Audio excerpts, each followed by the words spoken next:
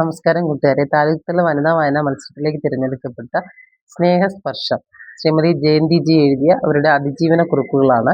അതിലെ അപ്രിയ സത്യം എന്ന അധ്യായമാണ് ഇന്ന് വായിക്കുന്നത്. സെപ്റ്റംബർ 5 ചൊവ്വാഴ്ച രാവിലെ ശ്രീയേട്ടൻ ആശുപത്രിയിൽ റിസൾട്ട് വാങ്ങാൻ പോയി.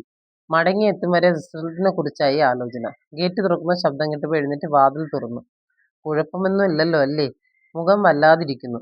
പറയാം, റിസൾട്ട് കിട്ടാൻ വൈകി. ഞാൻ ചെന്നപ്പോൾ ഒ.പിയിൽ നിന്ന് എല്ലാവരും പോയി. ഫോണിൽ കൂടി ഡോക്ടർ റിസൾട്ട് വായിച്ചു കേൾപ്പിച്ചു. ഇത്തിരി കുഴപ്പമുണ്ട്. മാറു മുറിച്ചു മാറ്റണം. നമുക്കുടനെ ആശുപത്രിയിൽ പോകണം. ഇന്ന് അഡ്മിറ്റ് ചെയ്യും. വ്യാഴാഴ്ച ഓപ്പറേഷൻ. ആദ്യം പറഞ്ഞതേ നേരെ കേട്ടുള്ളൂ. ബാക്കിയെല്ലാം അർത്ഥബോധാവസ്ഥയിൽ കേൾക്കുകയാണ്. കരച്ചിലടക്കാൻ സാധിച്ചില്ല. കണ്ണുനീർ പെട്ടെന്ന് തന്നെ നിയന്ത്രിച്ചു. ശ്രീയേട്ടൻ ഊണ് കഴിച്ചിട്ടുണ്ടാവില്ല. വേഗം ഊണ് വിളമ്പി കൊടുത്തു. അടുത്തിരുന്നു. ഇനി ചിലപ്പോൾ ഊട്ടാൻ കഴിഞ്ഞില്ലെങ്കിലോ? കഴിച്ചെന്ന് വരുത്തി എഴുന്നേറ്റു. പാത്രങ്ങൾ കഴുകുമ്പോൾ നിശബ്ദം കരയുകയായിരുന്നു. കണ്ണുനീർ ശ്രീയേട്ടനിൽ നിന്നും ഒളിപ്പിക്കാൻ പാടുപെടുകയായിരുന്നു. കഴിഞ്ഞില്ല. അമ്മയെ വിളിച്ച് കാര്യങ്ങൾ പറഞ്ഞു. ഉണ്ണി അനിയനെയും വിവരമറിയിച്ചു. എനിക്ക് നിന്റെ ജീവൻ മാത്രം മതി. ഇനി വച്ച് താമസിപ്പിച്ചാൽ ശരിയാകില്ല. ശ്രീയേട്ടൻ വണ്ടി വിളിക്കാൻ പോയി. വിവരമറിഞ്ഞ അയലത്തെ ലത ടീച്ചറും എൻ്റെ സഹപ്രവർത്തക ഓമന ടീച്ചറും എത്തി. സുശീല ടീച്ചറും ലേഖയും വന്നപ്പോഴാണ് അറിഞ്ഞത്. അവരെല്ലാവരും കൂടി കൊണ്ടുപോകേണ്ട സാധനങ്ങളൊക്കെ എടുത്തു വെച്ചു. കുളിച്ചൊരുങ്ങി.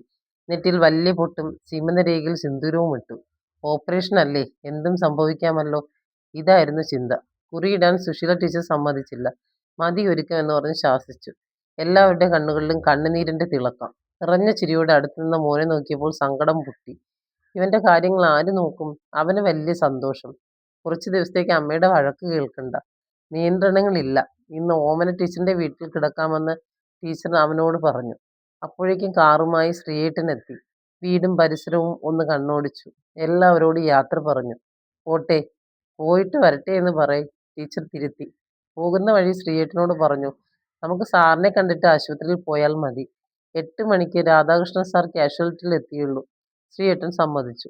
7 മണിക്ക് സാറിന്റെ വീട്ടിലെത്തി. സുലോചന ടീച്ചറിന്റെ ബന്ധുക്കളായ ത്രീസയും രതീഷും അവിടെ ഉണ്ടായിരുന്നു. മാറിലെ മുഴ കാണിക്കാൻ വന്നതാണ് അവർ. പരസ്പരം വിവരങ്ങൾ കൈമാറി. ഞങ്ങളുടെ ഊഴമെത്തി. റിസൾട്ട് കാണിച്ചു. വായിച്ചിട്ട് ഒത്തിരി നേരം ഒന്നും മിണ്ടാതിരുന്നു. എന്നെ നോക്കി. രൂപവും ഭാവവും കണ്ടിട്ട് ശ്രീയേട്ടനോട് ചോദിച്ചു, വിവരം പറഞ്ഞില്ലേ? പറഞ്ഞു.